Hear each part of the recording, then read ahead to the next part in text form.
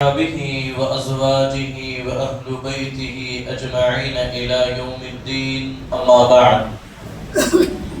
فقد قال الله تبارك وتعالى في القرآن المجيد والفرقان الحميد فأعوذ بالله من الشيطان الرجيم بسم الله الرحمن الرحيم ولله على الناس حج البيت من استطاع إليه سبيلا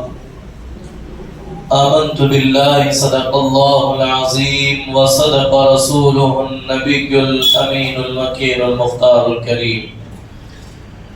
ونحن على ذلك لمن الشاهدين والشاكرين والحمد لله رب العالمين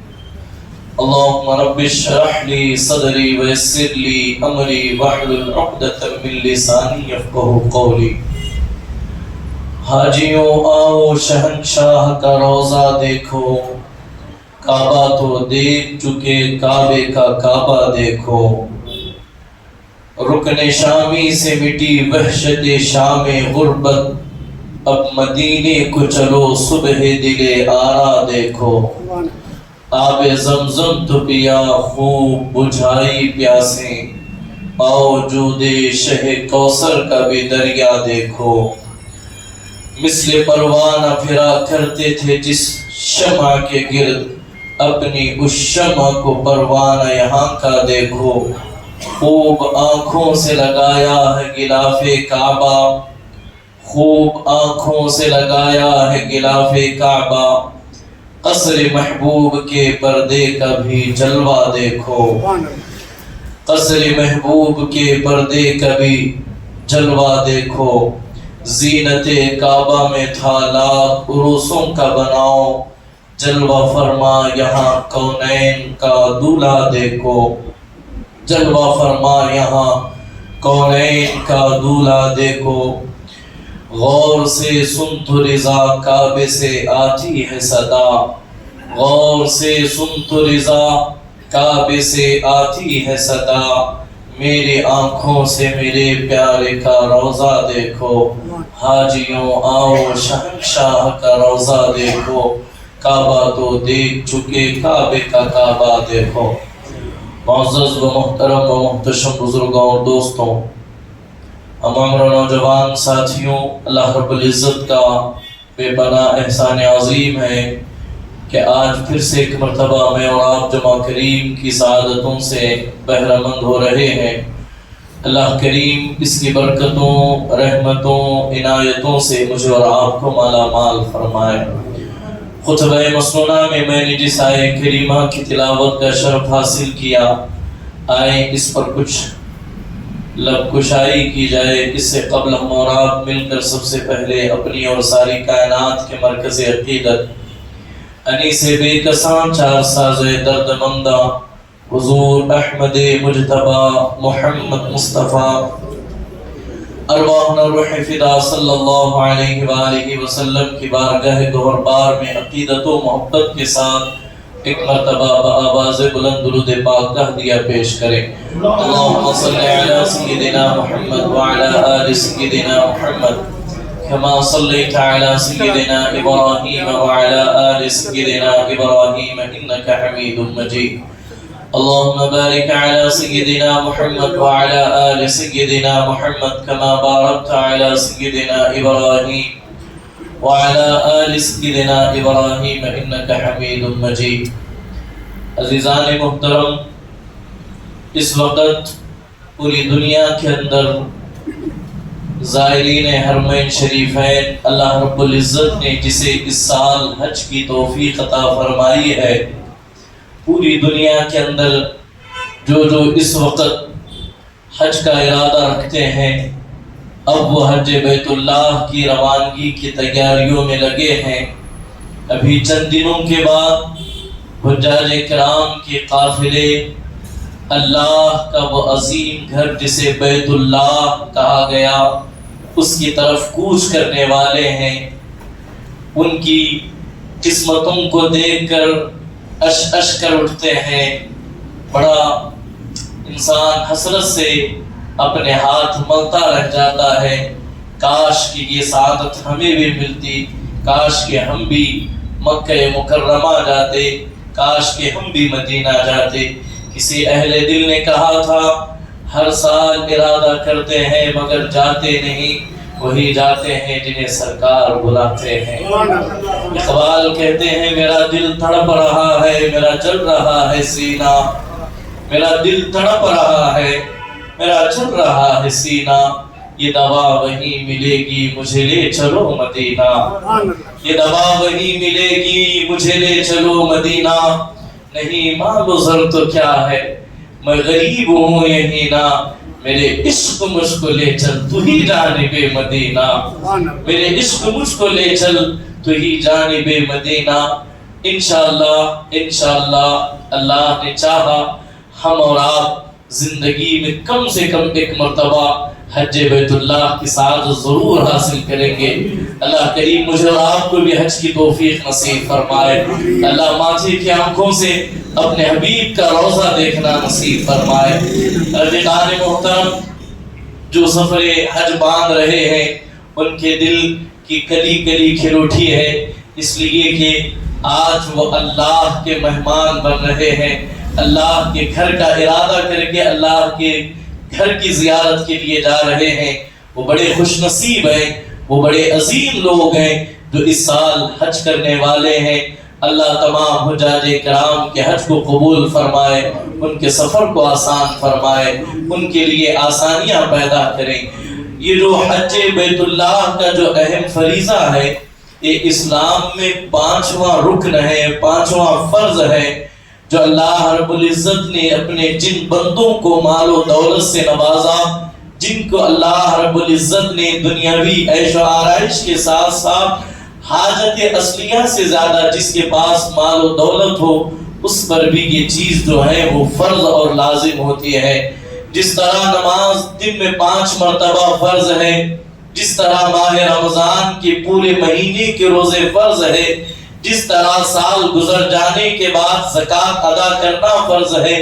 اسی طرح زندگی میں کم سے کم ایک مرتبہ صاحب استطاعت کو اللہ کے گھر کا حج کرنا یہ فرض ہے۔ اللہ قرآن پاک میں ارشاد فرماتا ہے وَلِلَّهِ عَلَى النَّاسِ حِجُّ الْبَيْتِ مَنِ اسْتَطَاعَ إِلَيْهِ سَبِيلًا، اللہ کے لیے لوگوں پر اس گھر کا حج فرض ہے جو بھی اس تک پہنچنے کی استطاعت رکھتا ہو۔ اب یہاں رک کر کے تھوڑا سا اپنا جائزہ لیں، کیا ہم پر حج فرض ہے یا نہیں ہے یہ دیکھ لیں، اس لیے کہ آج ایک بڑی تعداد ہے جو جن پر حج فرض ہونے کے باوجود حج میں کوتاہی کر رہے ہیں، حج کے اندر لاپرواہی کر رہے ہیں، یا بلکہ یوں کہیں حج کے اندر تاخیر کرتے کرتے اتنی تاخیر وہ کر دیے انہیں حج کا موقع نہیں ملا، بدقسمتی سے وہ اس دنیا سے کوچ کر کے چلے گئے۔ ہم اور آپ یہاں حاضر ہیں، اللہ نے زندگی دی ہے، ہم اپنی حیثیت، اپنی طاقت، اپنی استطاعت کا جائزہ لیں اور لے کر کے دیکھیں ہم پر حج فرض ہوتا ہے یا نہیں ہوتا ہے۔ اگر ہوتا ہے آج ہی ارادہ کر لیں، اگرچہ اس سال حج کرنا نصیب نہ بھی ہو، انشاءاللہ آئندہ سال رخت حج جو ہے،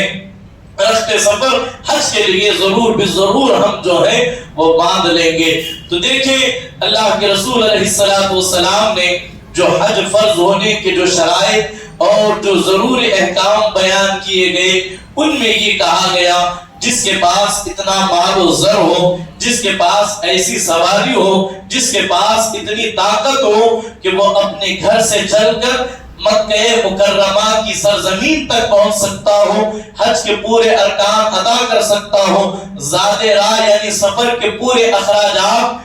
جو ہے برداشت کر سکتا ہو، اور دوران سفر جو اس کے اہل و عیال گھر میں ہیں ان کے تمام اخراجات وہ برداشت کر سکتا ہے، اتنی جس کے پاس طاقت ہو اس پر جو ہے حج فرض ہو جاتا ہے، اس پر حج فرض ہو جاتا ہے۔ جو حج کے لیے آسانی کے ساتھ گیا، اتنا پیسہ اس کے پاس ہے 40 دن کا جو عرصہ ہے ان 40 دنوں کے لیے اپنے گھر والوں کے لیے وہ پورے راشن کا، پورے کھانے کا، پورے اچھے تمام انتظامات جو کر سکتا ہے، جس کے پاس اتنی طاقت ہو، اس پر حج فرض ہو جاتا ہے۔ اسے چاہیے کہ وہ فکر کرے اور حج کے لیے تیاری کرے۔ اللہ نے چاہا تو ضرور آپ اللہ کے گھر کے مسافر بنیں گے، اللہ کے گھر کے حاجی بنیں گے، اور کیوں نہ ہو۔ اللہ کے رسول علیہ السلام ارشاد فرماتے ہیں بظاہر جب ماہ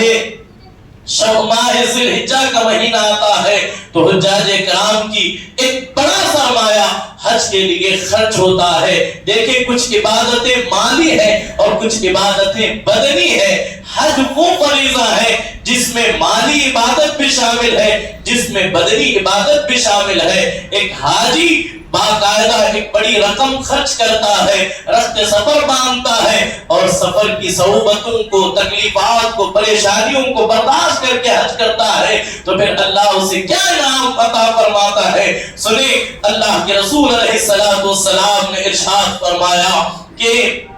جس نے اللہ کی رضا کی خاطر، اللہ کو راضی کرنے کے لیے جس نے رخت سفر باندھا، راستے میں کوئی اس نے بےہودہ بات نہیں کی، کوئی فحش کلام نہیں کیا، گناہوں سے بچتا رہا اور ارکان حج کو وہ ادا کر گیا، اللہ کے رسول علیہ السلام ارشاد فرماتے ہیں جو گناہوں سے بچتا ہوا، فحش کلام سے بچتا ہوا، حج کے ارکان کو ادا کرتا ہے، مناسک حج کو ادا کرتا ہے، جب وہ ادا کر کے واپس پلٹتا ہے تو وہ ایسا پاک ہو جاتا ہے جیسے آج ہی اس کی ماں نے اسے پیدا کیا ہو۔ یعنی وہ گناہوں سے ایسے پاک اور ایسے صاف ہو جاتا ہے جس طرح پہلے دن جب بچہ پیدا ہوا اس کے نامۂ اعمال میں کوئی گناہ نہیں، کوئی خطا نہیں، کوئی برائی نہیں۔ اسی طرح اللہ ایک حاجی کو گناہوں سے پاک کر دیتا ہے۔ اس سے بڑا جو ہے، اس سے ہلکا سودا اور کہیں نہیں ملے گا کہ بندہ چند دن عبادت کرے، اللہ رب العزت اس کے پچھلے تمام گناہوں کو بخش دے۔ قربان جائے۔ اور یہ حج اور جو عمرہ ہوتا ہے اس کے اندر اللہ کے رسول علیہ السلام ارشاد فرماتے ہیں، ترمذی شریف حدیث نمبر 810، اللہ کے رسول علیہ السلام نے امت کو یہ ترغیب دلائی، لوگوں بار بار حج کیا کرو، بار بار عمرہ کیا کرو، اس لیے کہ یہ دونوں غربت اور گناہوں کو اس طرح دور کر دیتا ہے جیسے بھٹی لوہے کے زنگ کو اور چاندی اور سونے کے میل کو صاف کر دیتی ہے۔ بار بار عمرہ کیا کرو تاکہ جو غربت کا ڈر ہے، جو مفلسی کا معاملہ ہے، اللہ رب العزت حج اور عمرے کی برکتوں سے حاجی کو اور معتمر کو اللہ تبارک و تعالی دین و دنیا کی برکتوں سے نوازتا ہے۔ اللہ رب العزت اس کی غربت کو، اس کے فقر کو ختم کرتا ہے اور اللہ اس کے مال میں مزید برکتیں شامل فرماتا ہے۔ اس سے بڑھ کر اور کیا خوش قسمتی ہو سکتی ہے کہ ایک حاجی اور ایک معتمر جو عمرہ کے لیے جا رہا ہو وہ کسی اور کا نہیں بلکہ اللہ تبارک و تعالیٰ کا مہمان بن رہا ہے، اللہ تبارک و تعالیٰ کا مہمان بن رہا ہے۔ اور ابن ماجہ میں اللہ کے رسول علیہ السلام کی حدیث نقل کی گئی، کہا گیا کہ حجاج اور عمرہ کرنے والے اللہ کے مہمان ہوتے ہیں، اللہ ان پر کرم کیسا کرتا ہے، اگر وہ دعا کرے تو اللہ ان کی دعائیں قبول کر لیتا ہے، اگر وہ مغفرت طلب کرے تو اللہ ان کی مغفرت فرما دیتا ہے۔ ایک حاجی جس کے لیے دعا کرے اللہ اس کے لیے بھی دعائیں قبول کر لیتا ہے، اور حاجی جس کی مغفرت کی دعا کر دیتا ہے اللہ تبارک و تعالی اس کی مغفرت کا فیصلہ فرما دیتا ہے۔ اور یہاں بس اتنا ہی نہیں، پھر جو ہے کرم بالائے کرم یہ ہے کہ اللہ تبارک و تعالی ایک حاجی کو ہر قدم پر، ہر تکلیف پر جو ہے، ہر قدم پر ثواب عطا کرتا ہے، ہر تکلیف پر اللہ گناہوں کو اس کے مٹا دیتا ہے، گناہوں کو معاف فرما دیتا ہے، ہر قدم پر ثواب ہے، ہر تکلیف پر گناہوں کی بخشش ہے۔ اور کہا کہ لبیک کہنا، عرفات میں دعائیں کرنا، رمی کرنا، اور قربانی کرنا، بلکہ ہر عمل باعث مغفرت اور رحمت ایک حاجی کے لیے بن جاتا ہے، تو اس کا اٹھنا، اس کا بیٹھنا، اس کا چلنا، اس کا لبیک کہنا، یہ ساری کی ساری چیزیں ایک حاجی کے لیے عبادت بن جاتا ہے۔ جتنے دن وہ حاجی جو ہے وہ سفر میں ہوتا ہے، حج کے لیے نکلتا ہے، جب تک وہ واپس نہیں آتا اس کا لمحہ لمحہ عبادت میں شمار کیا جاتا ہے۔ اللہ کرے کہ اللہ ہم سب کو حج کی توفیق نصیب فرمائے، اللہ ہم سب کو حج کی جو ہے اللہ اسباب پیدا فرمائے کہ اللہ ہمیں بھی حج کی سعادت عطا فرمائے۔ حضرت سیدنا انس بن مالک رضی اللہ تعالی عنہ ارشاد فرماتے ہیں، مشکوٰۃ شریف کی حدیث ہے، حضور علیہ السلام نے ارشاد فرمایا کہ مسجد حرام میں ایک نماز 1,00,000 نمازوں کے برابر ہو جاتی ہے۔ قربان جائے، ایک رکعت نماز 1,00,000 رکعتوں کے برابر بن جاتی ہے۔ اور فرمایا گیا کہ اس کے ساتھ ساتھ اللہ تبارک و تعالیٰ کی جو دن اور رات میں جو رحمتوں کا نزول ہوتا ہے، جو برکتوں کا نزول ہوتا ہے، اللہ تبارک و تعالیٰ اپنے بندوں پر جو شفقت کا معاملہ فرماتا ہے، کہا گیا اللہ تبارک و تعالیٰ کی حرم پاک میں 120 رحمتیں دن میں اور 120 رحمتیں رات میں نازل ہوتی ہیں۔ اللہ کے رسول علیہ السلام نے فرمایا 60 رحمتیں صرف ان کے لیے جو خانہ کعبہ کا طواف کر رہے ہو، جو خانہ کعبہ کا چکر لگا رہے ہو، ان پر اللہ تبارک و تعالیٰ کی 60 رحمتیں نازل ہوتی ہیں۔ ذرا ان رحمتوں کو دیکھیں، ایک رحمت کا جو اللہ کی طرف سے نازل ہوتی ہے، جو اللہ کی طرف سے اترتی ہے، ہم اسے بیان نہیں کر سکتے، وہ احاطے سے باہر ہے۔ تو ذرا اندازہ کریں 60 رحمتیں جب طواف کرنے والے پر اتر رہی ہوں گی تو اللہ تبارک و تعالیٰ کا اس پر کتنا فضل ہو رہا ہوگا۔ اور فرمایا گیا 60 رحمتیں طواف کرنے والوں پر اور 40 رحمتیں ان پر جو حرم میں نماز پڑھ رہے ہوں، جو حرم میں نماز پڑھنے والے ہیں، اللہ کی ان پر 40 رحمتیں نازل ہوتی ہیں۔ اور 20 رحمتیں ان کے لیے جو صرف کعبے کو دیکھ رہے ہیں، جو بیٹھ کر کعبے کو تک رہے ہیں، گویا کہ اللہ کی وہ سرزمین ہے جہاں جانا عبادت، جہاں بیٹھنا عبادت، جہاں کعبے کے چکر لگانا عبادت، حتیٰ کہ کعبے کو دیکھنا بھی عبادت بن جاتا ہے۔ اور جو کعبے کو دیکھتا ہے اللہ کی اس پر 20 رحمتیں نازل ہوتی ہیں۔ یہی وجہ تو ہے جب اللہ کی رحمتوں میں جب ایک حاجی اللہ کی برستی ہوئی چھما رحمتوں میں جب نہا کر کے آتا ہے تو وہ گناہوں سے ایسے پاک ہو جاتا ہے جیسے کہ اس کی ماں نے ابھی ابھی اسے پیدا کیا ہے۔ اللہ اکبر۔ رفیقان محترم، اللہ کے رسول علیہ السلام نے ارشاد فرمایا، اللہ کی بارگاہ میں ہمیشہ حج مبرور، حج مقبول کی دعائیں مانگتے رہو، اللہ سے توفیق مانگے۔ آپ کے پاس دولت نہیں ہے تو کیا ہوا، آپ اللہ سے دعا کریں، اے اللہ ہمیں اپنے گھر کی زیارت نصیب کرنا، اے اللہ ہمیں حج کی توفیق عطا فرما، حج مبرور کی دولت عطا فرما۔ اس لیے کہ ہمارے پاس گرچہ مال و دولت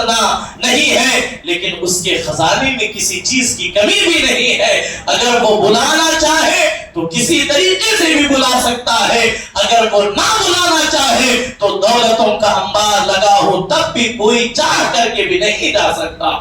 اللہ کے رسول علیہ السلام نے ارشاد فرمایا،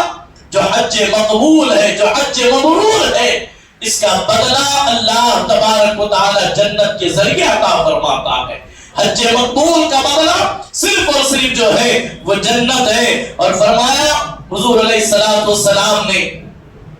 جس کے پاس زیادہ سفر بھی موجود ہے، جس کے پاس طاقت بھی ہے، جس کے پاس استطاعت بھی ہے کہ وہ حج کے لیے جا سکتا ہو، راستے کی تمام اخراجات کو برداشت کر سکتا ہو، باوجود اس کے وہ حج نہیں کرتا، حج میں تاخیر کرتا ہے، اللہ کے رسول علیہ السلام نے ارشاد فرمایا، اب کوئی فرق نہیں پڑتا چاہے وہ نصرانی ہو کر کے مر جائے، چاہے وہ یہودی ہو کر کے مر جائے۔ اب اللہ کے رسول علیہ السلام نے کتنی سخت وعید نازل فرمائی۔ دیکھیں اللہ کے رسول علیہ السلام چاہتے ہیں کہ ان کا ہر امتی ایمان کے ساتھ مرے، جس کے پاس حج کی توفیق جسے ہو، جس کے پاس حج کرنے کی استطاعت ہو، طاقت ہو، وہ تب بھی حج نہیں کرتا، وہ اسے ٹال دیتا ہے، وہ اس کے اندر تاخیر کر دیتا ہے۔ تو اللہ کے رسول علیہ السلام فرماتے ہیں اب ہمیں اسلام کو اور پیغمبر اسلام کو فرق نہیں پڑتا، چاہے وہ یہودی ہو کر کے مرے، چاہے وہ نصرانی ہو کر کے مرے۔ بہت سارے افراد معاشرے میں بڑے کئی جو ہیں، ہم لوگ دیکھتے ہیں لوگوں کو ہم یہ کہتے ہوئے کہ جب ہمارا گھر بن جائے گا تب ہم حج کریں گے، جب ہمارے بچوں کی شادیاں ہو جائیں گے تب ہم حج کریں گے، جب ہم بڑھاپے میں پہنچ جائیں گے تب ہم حج کریں گے، جب ساری مصروفیات سے فارغ ہو جائیں گے تب ہم حج کریں گے۔ یاد رکھیں کہ بہانہ نہیں چلے گا۔ اگر آپ جوانی میں یہ استطاعت رکھتے ہیں تو آپ پر جوانی میں ہی حج فرض ہے، جوانی ہی میں آپ پر حج فرض ہو گیا۔ تو کیا کہنے کہ جو بندہ جوانی کے اندر اللہ کا حج کرتا ہے تو اس کا مزہ ہی کچھ اور ہے، اس کا لطف ہی کچھ اور ہے، اس کا ثواب ہی کچھ اور ہے۔ اس لیے کہ اللہ کو جوانوں کی عبادت بڑی پسند ہے، اللہ کو جوانوں کی عبادت بڑی پسند ہے۔ اگر کوئی استطاعت رکھتا ہے آج ہی وہ حج کا ارادہ کر لے، اس لیے کہ اگر ہم نے ارادہ نہیں کیا، تو پھر وعید ہم نے سنی ہے۔ اگر ہم ارادہ رکھتے، پختہ ارادہ رکھتے ہیں، حالات نہیں بنتے، پھر تب جا کر کے وہ عذر مانا جائے گا۔ یہاں ایک تاریخ کا ایک سنہرا باب میرے ذہن میں آیا، آپ کو سناؤں، انشاءاللہ بڑا لطف آئے گا۔ عزیزان محترم، حج کے ایام میں حجاج کرام بڑی تعداد میں حرم مکہ کی طرف رواں دواں ہوتے ہیں، اللہ کے گھر کے ارد گرد جمع ہو کر کے دعائیں کرتے ہیں، التجائیں کرتے ہیں۔ بغداد کی سرزمین پر ایک قافلہ تیار ہونے لگا، سب کی خواہش تھی کہ وہ حج کے لیے رخت سفر باندھے، قربان جائیں۔ جب حج کے لیے رخت سفر باندھا گیا، ایک بہت بڑا قافلہ مکہ مکرمہ عرفات کے میدان میں ہے، حج کے ایام چل رہے ہیں۔ حضرت سیدنا عبداللہ ابن مبارک کی زندگی کا ایک بڑا انمول واقعہ جو ہمارے لیے، آپ کے لیے بڑی جو ہے وہ عبرت کے لیے، عبرت حاصل کرنے کے لیے، میرے اور آپ کے لیے بڑا فائدہ مند ثابت ہوگا۔ عزیزان محترم، حج عبادت ہے، اس حج کو دکھانے کے لیے نہ کیا جائے۔ حج عبادت ہے، اسے حاجی کہلانے کے لیے نہ کیا جائے۔ حج عبادت ہے، عبادت کو عبادت سمجھ کر کے کیا جائے، اور ساتھ ہی ساتھ جن کا حق ہم پر ہے، جن کے حقوق ہم ابھی تک ادا نہیں کیے ہیں، پہلے ان کے حقوق بھی ادا کیے جائیں۔ یہ بھی لازم اور ضروری ہے۔ ہم لوگوں کے حق دبا کر کے حج اگر کریں گے، اللہ اس حج کو بھی قبول نہیں کرے گا۔ تو استطاعت یہی ہے کہ ہم سارے معاملات دیکھ کر کے حج کے لیے رخت سفر باندھیں۔ حضرت سیدنا عبداللہ ابن مبارک، کون عبداللہ ابن مبارک؟ وہ عبداللہ ابن مبارک جن کے حوالے سے امام الامہ کاشف الغمہ حضرت سیدنا امام اعظم ابو حنیفہ نعمان بن ثابت رضی اللہ تعالی عنہ فرماتے ہیں، عبداللہ ابن مبارک کے حوالے سے قیامت کے دن اللہ مجھ سے پوچھے گا نعمان کیا لایا ہے، تو میں عبداللہ ابن مبارک کو پیش کروں گا۔ عبداللہ ابن مبارک اپنے زمانے کے سب سے بڑے محدث کہلاتے ہیں، اپنے زمانے کے سب سے بڑے عالم دین، عالم باعمل، اور جو ہے اپنے زمانے کے اولیاء میں حضرت عبداللہ ابن مبارک رضی اللہ تعالی عنہ کا شمار ہے۔ جب آپ نے اعلان کیا کہ حضرت عبداللہ ابن مبارک حج کے لیے جانے والے ہیں، جو حج کے لیے ان کے ساتھ سفر کرنا چاہتا ہے وہ تیاریاں کر لے، قافلہ بن گیا، حج کے لیے روانگی ہو گئی۔ عرفات کا میدان ہے، حضرت عبداللہ ابن مبارک عرفات کے میدان میں آپ کی آنکھ کیا لگی؟ آپ نے دیکھا کہ کوئی دو بات کرنے والے، گفتگو کرنے والے دو فرشتے ہیں جو آپس میں گفتگو کر رہے ہیں۔ ایک فرشتہ دوسرے فرشتے سے کہتا اس مرتبہ اتنے لاکھ غالباً 2 لاکھ لوگوں نے حج کیا، اللہ نے سب کے حج کو رد کر دیا۔ دوسرا فرشتہ کہتا ہے جتنے لوگوں کا اللہ نے حج رد کر دیا، لیکن فلاں علاقے کا ایک موچی تھا، چپل سلنے والا تھا، اللہ نے اس کے طفیل سارے حاجیوں کا حج قبول کر لیا۔ اب جب حضرت عبداللہ ابن مبارک نے ان فرشتوں کی گفتگو کو سنا، سن کر کے آپ بیدار ہوئے، بیدار ہو کر آپ کے پورے جسم پر جو ہے وہ پسینہ نمودار ہے، آپ کی جسم پر کپکپی طاری ہے۔ آخر کیا معاملہ ہوا؟ اللہ نے سارے حاجیوں کے حج کو رد کر دیا، اور آخر وہ کون سا اللہ کا مقبول بندہ ہے، وہ کون سا اللہ کا جو ہے وہ پسندیدہ بندہ ہے؟ اللہ تبارک و تعالی اس کے طفیل ساروں کا حج قبول کرتا ہے۔ تو فرشتوں نے کہا تھا فلاں علاقے کا ایک موچی، وہ غالباً وہ موچی حضرت عبداللہ ابن مبارک کے اپنے شہر کا تھا۔ جب حضرت عبداللہ ابن مبارک رضی اللہ تعالیٰ عنہ نے اس موچی کو جب آپ نے سنا تو فوراً جب حج کے ایام مکمل ہوئے، جیسے یہ شہر میں داخل ہوئے، اپنے گھر جانے کی بجائے آپ اس موچی کے گھر جا رہے ہیں جس کے حوالے سے خواب میں کہا گیا اس کے صدقے اللہ نے تمام حاجیوں کے حج کو قبول کیا ہے۔ اللہ اللہ عزیزان گرامی، حضرت عبداللہ ابن مبارک اس موچی کے دروازے پر کھڑے ہیں۔ جب موچی نے دیکھا وقت کا ولی کامل ایک موچی کے دروازے پر کھڑا ہے، فوراً موچی ہڑبڑا کر کے اٹھ کر کے حضرت عبداللہ ابن مبارک کا استقبال کرتا ہے اور آپ کو بٹھاتا ہے، تعام پیش کرنے کا ارادہ رکھتا ہے۔ حضرت عبداللہ ابن مبارک کہتے ہیں پہلے یہ بتاؤ آخر تمہارا عمل کون سا ہے، آخر تم نے وہ کون سی نیکی کی جس کے بدولت اللہ تبارک و تعالی تمہارے صدقے مجھ جیسے کا حج قبول کر رہا ہے، مجھ جیسے کا حج قبول کر رہا ہے۔ اس موچی نے سن کر کے کہا میں نے تو کوئی ایسی نیکی نہیں کی، نہ ہی میرے پاس عبادتوں کا کوئی ذخیرہ ہے، میں تو بس لوگوں کے پھٹے ہوئے چپل سلتا ہوں، یہی بس میرا پیشہ ہے۔ حضرت عبداللہ ابن مبارک نے کہا نہیں، کوئی تو نے ایسا نیک عمل کیا ہے، کوئی تو نے ایسی نیکی کی ہے جس کی وجہ سے اللہ نے تیرے بدولت سارے حجاج جنہوں نے حج کیا ان کا حج قبول کیا۔ اس موچی نے کہا ہاں البتہ اتنا ضرور ہے، جن دنوں اعلان ہوا عبداللہ ابن مبارک وقت کے محدث کے ساتھ اگر کوئی حج کرنا چاہتا ہے فلاں تاریخ کو فلاں علاقے سے یہ قافلہ روانہ ہوگا، جو بھی اس قافلے میں شریک ہونے والا ہے وہ بھی اس قافلے میں جو ہے وقت سے پہلے شریک ہو جائے۔ جب میں نے یہ اعلان سنا تو میرے دل میں بھی تمنا پیدا ہوئی، کہاں مجھ جیسا جو ہے عام انسان، کہاں عبداللہ ابن مبارک جیسا ولی اگر ان کے ساتھ سفر کرنے کا موقع مل جائے تو یہ تو بڑی خوش قسمتی کی بات ہوگی۔ میں نے اپنی زندگی کی پوری جمع پونجی کو اکٹھا کر کے میں نے بھی سفر کا ارادہ کیا، سامان میں نے باندھ لیا، رات کا سناٹا تھا، میرے پڑوس میں سے کسی مکان سے جو ہے وہ پکتے ہوئے گوشت کی مہک میرے ناک میں کیا پڑی، میں نے اپنی بیوی سے کہا جاؤ پڑوس سے تھوڑا سا شوربہ میرے لیے بھی لاؤ۔ دیکھو میرے دل میں ایک تڑپ پیدا ہوئی، میرے دل میں خواہش ہوئی کہ میں گوشت کا سالن کھا لوں یا چکھ لوں۔ اللہ اکبر عزیزان محترم، اس کی بیوی نے اس موچی کی بیوی نے کہا ٹھیک ہے میں مان کر کے لاتی ہوں۔ اس نے تو پہلے کہا نہیں میں نہیں جاؤں گی بلکہ تم ہی چلے جاؤ۔ میں خود جو ہے اس دروازے پر پہنچا جس کے دروازے سے گوشت کے سالن کی مہک آ رہی تھی۔ میں نے دروازے پر دستک دی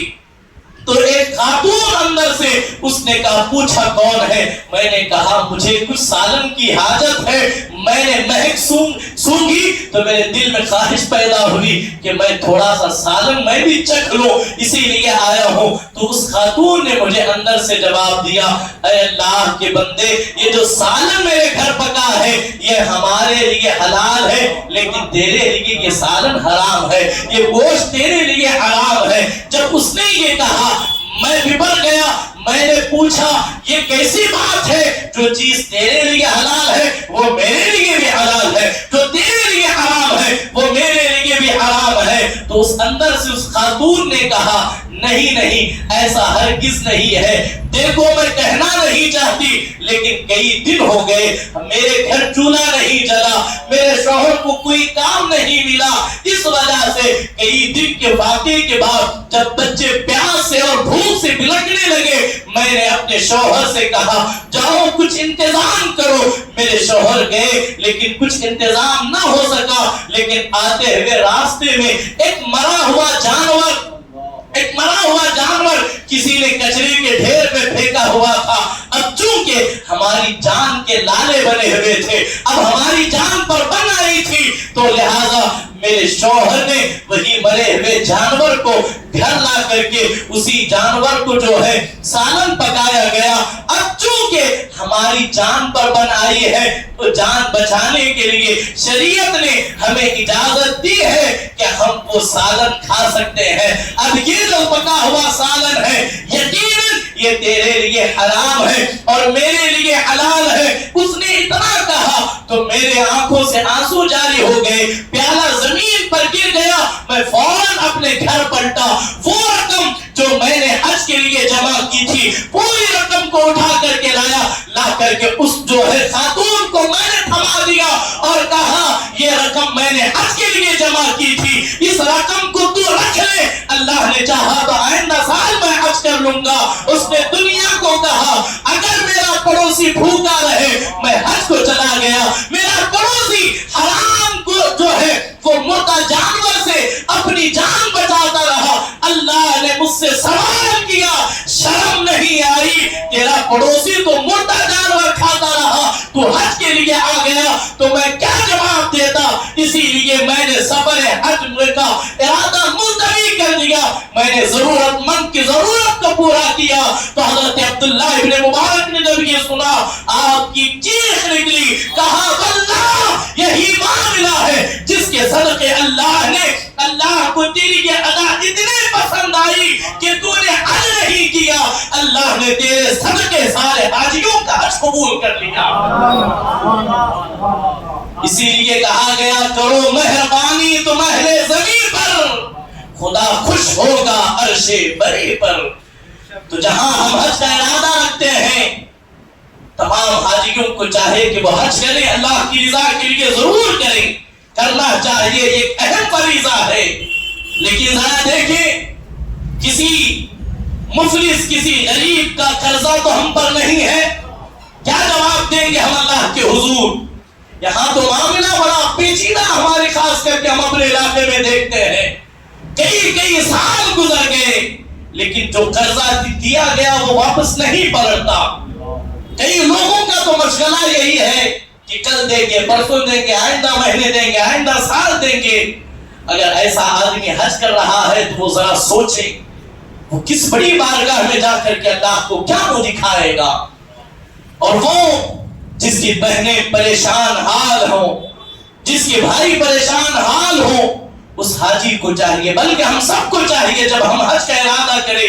اپنے اہل و عیال میں دیکھیں اللہ نے حج کی توفیق دی ہے تو اس کا مطلب یہ ہے کہ آپ کے پاس بہت دولت ہے، آپ حج ضرور کریں لیکن اپنوں کا خیال کریں، اپنے بھائیوں کا خیال کریں، اپنے بہنوں کا خیال کریں، اپنے پڑوسیوں کا خیال کریں، اپنے رشتہ داروں کا خیال کریں۔ جب ہم تمام کا خیال کر کے اللہ کے حضور جائیں گے اللہ ایسی نظر کرم فرمائے گا، جب لوٹیں گے تو گناہوں سے پاک و صاف ہو کر کے لوٹیں گے۔ ہمارا ارادہ حج کرنے کا ہرگز حاجی کہلانا نہیں ہوگا، بلکہ کہلانا نہ ہو بلکہ صرف اور صرف اللہ کی رضا ہونی چاہیے، اور اللہ کی رضا اصل یہی انسان کے لیے کامیابی ہے، ورنہ حاجی صاحب مولوی صاحب نہ جانے ان القابات سے کچھ کام چلنے والا نہیں۔ اللہ کریم مجھے اور آپ کو اس پر عمل کی توفیق عطا فرمائے، اللہ ہمیں حج بیت اللہ کی دولت سے بہرور فرمائے۔ رفیقان محترم، اللہ کے رسول علیہ السلام جو حجاج کرام حج کے لیے رخت سفر باندھتے ہیں ان کے لیے ایک انمول یہ بھی ان کے لیے لمحات ہوتے ہیں کہ وہ حضور علیہ السلام کی قبر اطہر پر حاضری دیتے ہیں۔ اللہ کے رسول علیہ السلام نے ارشاد فرمایا من زار قبری وجبت لہو شفاعتی، جس نے میری قبر کی زیارت کی اس پر میری شفاعت واجب ہو گئی، اس پر میری شفاعت واجب ہو گئی۔ اور دوسری طرف وہ حضور کی شفاعت لے کر کے آ رہا ہے، وہ حضور کی کرم نوازی لے کر کے آ رہا ہے، وہ حضور کی طرف سے ملنے والا انعام لے کر کے آ رہا ہے۔ یہاں ایک بات میں عرض کرنا چاہوں گا، جب حج کا موسم آتا ہے تو بہت سارے لوگ یہ کہتے ہیں کہ ہمارا ارادہ حج کا صرف اور صرف اللہ کے گھر کی زیارت ہونا چاہیے، رسول اللہ کی قبر اطہر کی زیارت ہرگز نہیں ہونا چاہیے۔ نہ جانے کن کن ہیلے بہانوں سے لوگ حضور علیہ السلام کی قبر کی زیارت کرنے کو کوئی بدعت کہتا ہے، کوئی حرام کہتا ہے، نہ جانے، بلکہ یوں کہا جاتا ہے ہماری مدینے کی حاضری صرف اور صرف ارادہ یہ ہونا چاہیے کہ ہم مسجد نبوی میں نماز پڑھیں گے۔ میں تمام سے یہ کہنا چاہوں گا، مسجد نبوی کو جو شرف ملا کس کے صدقے ملا؟ وہ کس کے صدقے ملا؟ وہ اسی کے صدقے ملا جو مسجد نبوی میں آمنہ کا لعل آرام فرما رہا ہے۔ اسی لیے تو میرے اور آپ کے امام نے کہا، حاجیوں آؤ شہنشاہ کا روضہ دیکھو، کعبہ تو دیکھ چکے، کعبے کا کعبہ دیکھو، اور کہا ہوتے کہاں خلیلوں بنا کعبوں بنا لولاک والے صاحب سب تیرے در کی ہے۔ حضور ہے تبھی تو کعبہ ہے، حضور ہے تبھی تو مینا ہے، حضور ہے تبھی تو سارے معاملات ہیں۔ اگر حضور کی زیارت نہ ہو تو ساری عبادتیں کہاں جو ہے ضائع ہو جائے گی۔ اسی لیے کہا یہ اللہ کے رسول علیہ السلام کا فرمان ہے، من زار قبری وجبت لہو شفاعتی، جس نے میری قبر کی زیارت کی اس پر میری شفاعت واجب ہو جائے گی۔ اور قبروں کی زیارت کرنے کے حوالے سے بے شمار احادیث کریمہ ہے، پھر کسی موقع پر سنایا جائے گا۔ البتہ اتنا، جو وقت سفر باندھ رہے ہیں حجاج کرام، یا پھر جو عمرہ کرنے کے لیے مسجد عمرہ کرنے کے بعد مسجد نبوی پہنچے، تمام سے یہی ادباً گزارش، وہ ادب و احترام کا خاص خیال رکھیں، اس لیے کہ وہاں آہستہ، وہاں پر بولنے کے آداب بھی سکھائے گئے۔ وہاں اگر کسی کی آواز ذرہ برابر بھی اونچی ہو گئی تو اس کے سارے اعمال اور ساری نیکیاں ضائع کر دیے جائیں گے۔ تو اللہ کی بارگاہ میں یہ طلب بھی کریں، اللہ حضور کے روضے اطہر کے ہمیں زیارت کروائے، اللہ حضور کی بارگاہ میں ہمیں حاضری نصیب فرمائے، اللہ ہمیں جو ہے وہ خانہ کعبہ کا طواف نصیب فرمائے، اور اللہ تمام حجاج کرام کی جو ہے وہ حج کو قبول فرمائے۔ عزیزان محترم، اخیر میں ایک اہم اور ضروری یہ اس معاملے پر گفتگو کرنا ہے۔ گزشتہ دنوں منگل کے دن کشمیر کی وادیوں میں، پہلگام میں جو حادثہ پیش آیا، جو سانحہ پیش آیا، وہ ہم تمام کے لیے دل کو دہلا دینے والا ہے۔ اور بدقسمتی سے اسلام اور قرآن کا نام لے کر کے کچھ نام مرد اور کچھ نامراد لوگ ہندوستان میں گھس آتے ہیں، اور آ کر کے معصوم جو سیاح ہوتے ہیں، جو گھومنے کے لیے وہاں پر گئے ہوتے ہیں، 30 سے زائد افراد کو، معصوم افراد کو انہوں نے جو ہے قتل کیا۔ اس پر ہم اس چیز کی سخت مذمت کرتے ہیں، اس لیے کہ قرآن کا واضح حکم ہے، من قتل نفسا بغیر نفس او فساد فی الارض فکأنما قتل الناس جميعا، کسی ایک بے قصور انسان کا قتل ساری انسانیت کے قتل کے مترادف ہے۔ وہاں جتنے لوگ قتل کیے گئے یقیناً وہ بے قصور ہیں، ہم ان کے اہل خانہ کے ساتھ ان کے غم میں برابر کے شریک ہیں، اور جو لوگ اہل ایمان شہید ہوئے اللہ ان کو بہتر صلہ عطا فرمائے، لواحقین کو صبر اللہ عطا فرمائے، اللہ صبر جمیل عطا فرمائے۔ اور تمام کے لیے یہ پیغام ہے کہ مذہب اسلام کی آڑ میں جو لوگ یہ دہشت گردی کرتے ہیں، اسلام کا ان لوگوں سے کوئی تعلق نہیں، چاہے وہ کلمہ پڑھ لے، چاہے وہ قرآن پڑھ لے، اس لیے کہ اسلام جو بھی دہشت گردی کو جہاد کہتا ہے وہ نہ صرف اسلام کو مسخ کر رہا ہے بلکہ خود مسلمانوں کے لیے یہ لوگ فتنہ پروری کر رہے ہیں۔ ایسے لوگوں کے لیے چاہیے کہ وہ کھل کر کے ان کا مقابلہ کیا جائے، ان کو نیست و نابود کیا جائے، اور بڑھ کر کے یہ کہا جائے اسلام کی پہچان، ہماری پہچان قرآن ہے، تلوار نہیں، ہماری پہچان قرآن ہے تلوار نہیں، ہماری دعوت رحمت ہے دہشت نہیں ہے۔ لہذا جو لوگ اس حادثے میں شہید ہوئے ہم تمام کے اہل خانہ کے ساتھ ہیں۔ اس حوالے سے جو آپ سب کے آج ہم سب جو کالی پٹیاں باندھے ہیں انہی کے ساتھ ہم ان کے غم میں برابر کے شریک ہیں۔ انشاءاللہ نماز کے فوراً بعد آپ تمام حضرات تشریف رکھیں۔ صلاۃ والسلام کے بعد 2-3 منٹ جو ہے ہم مسجد کے باہر ایک مختصر ایک پروگرام کریں گے، 2-3-4 منٹ کا پروگرام ہوگا انشاءاللہ۔ اس ہم سب ایک بیک زبان میں جو سانحہ پیش آیا، جن دہشت گردوں نے یہ بے قصوروں کا قتل کیا، ہم اس کو کنڈم کریں گے، ہم اس کی سخت الفاظ میں جو ہے وہ مذمت کریں گے۔ آپ تمام حضرات جو ہے نماز کے بعد تھوڑی دیر تشریف رکھیں، انشاءاللہ پرزور طریقے سے ہم حکومت سے بھی مطالبہ کریں گے کہ ان کے ساتھ انصاف کیا جائے اور یہ پوری طور پر یہ تحقیق کی جائے کہ کس طرح وہ ہماری سرحد میں داخل ہوئے، کس طرح انہوں نے قتل کیا، کس طرح وہ بھاگ کر کے چلے گئے، ساری تحقیقات کریں اور کڑی سے کڑی سزا ان مجرموں کو دی جائے جنہوں نے بے قصوروں کو قتل کیا۔ اللہ کریم ہم تمام کے کہنے سننے سے زیادہ عمل کی توفیق عطا فرمائے۔ اللہ تبارک و تعالی ہم تمام کو دین و دنیا کی برکتوں سے مالا مال فرمائے، اور جو لوگ حج کر رہے ہیں اللہ ان کے حج کو قبول فرمائے۔